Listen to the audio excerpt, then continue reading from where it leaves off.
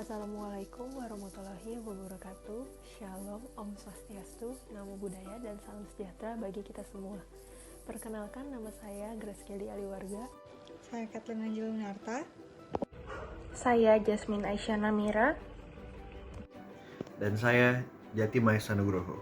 Pada kesempatan kali ini, kami dari kelompok 3 akan mempresentasikan mengenai analisis kami terhadap Undang-Undang Nomor 11 Tahun 2020 tentang Cipta Kerja, guna memenuhi tugas akhir mata kuliah Teknik Penyusunan Perundang-undangan.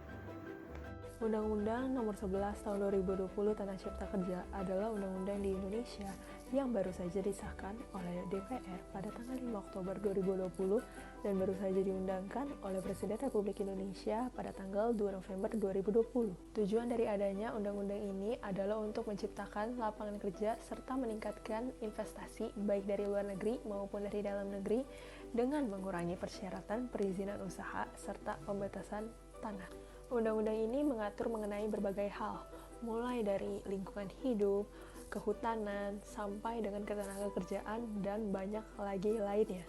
Disahkannya Undang-Undang Cipta Kerja pada bulan Oktober lalu menuai banyak sekali pro kontra serta penolakan dari berbagai kalangan masyarakat dengan berbagai ekspresi pula.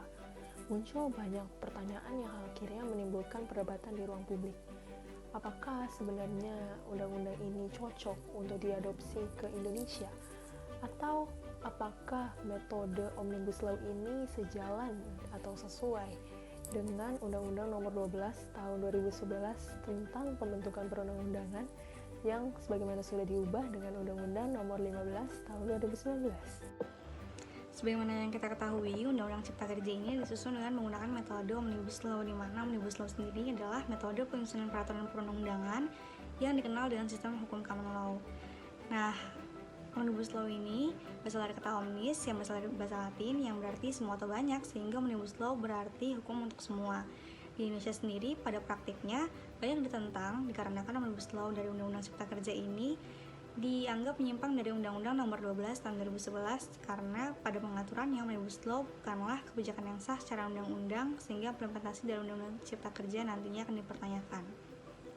Selain itu, dalam prosedur pembentukannya pun terdapat sekiranya merupakan pelanggaran-pelanggaran yang telah ada sejak proses penyusunannya, seperti sulitnya publik untuk mendapatkan akses naskah RUU Cipta Kerja yang saat itu sedang disiapkan sehingga dinilai tertutup dalam proses penyusunannya.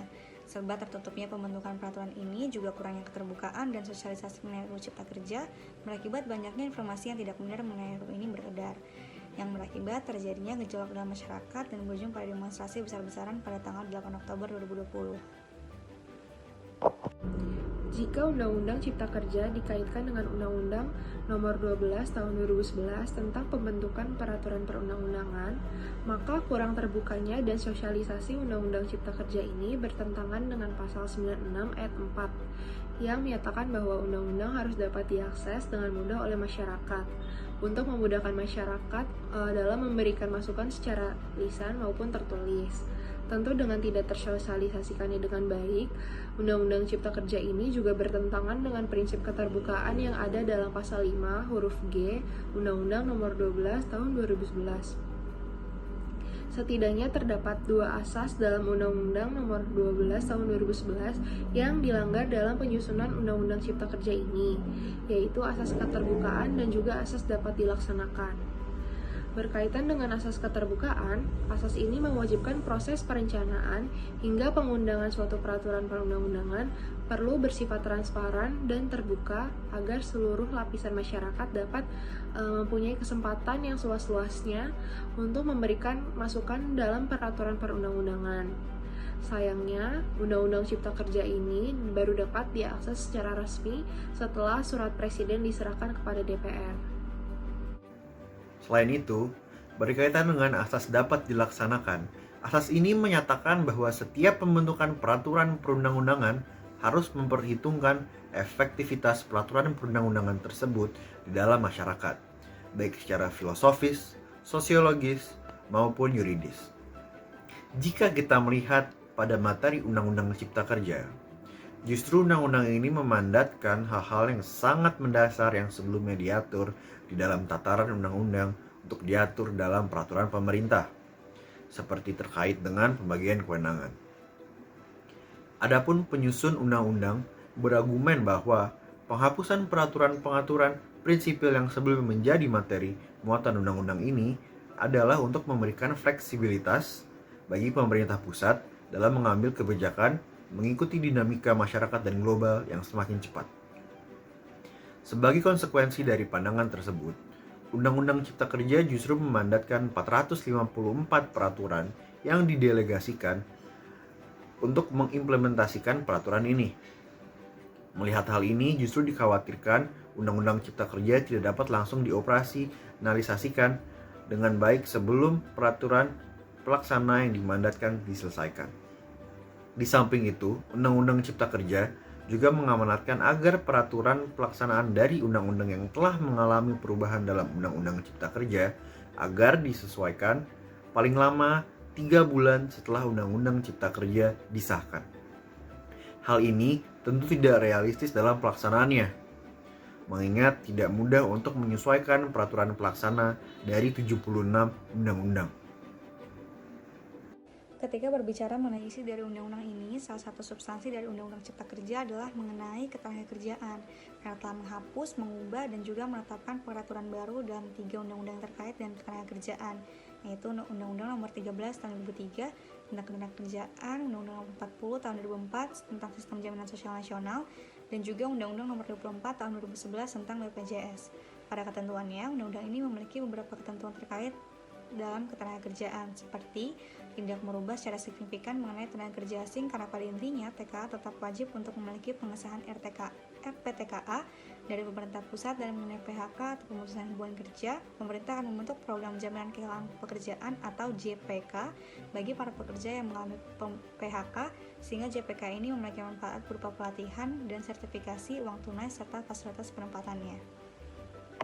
Hal lain yang perlu menjadi perhatian dalam Undang-Undang Cipta Kerja tahun 2020 ini adalah mengenai tidak adanya batas waktu maksimal bagi perjanjian kerja waktu tertentu atau yang biasa disebut PKWT. Undang-Undang Nomor 13 Tahun 2003 tentang Ketenagakerjaan Pasal 59 Ayat 4 menyatakan bahwa perjanjian kerja waktu tertentu hanya dapat diadakan selama paling lama 2 tahun dan hanya boleh diperpanjang selama paling lama 1 tahun.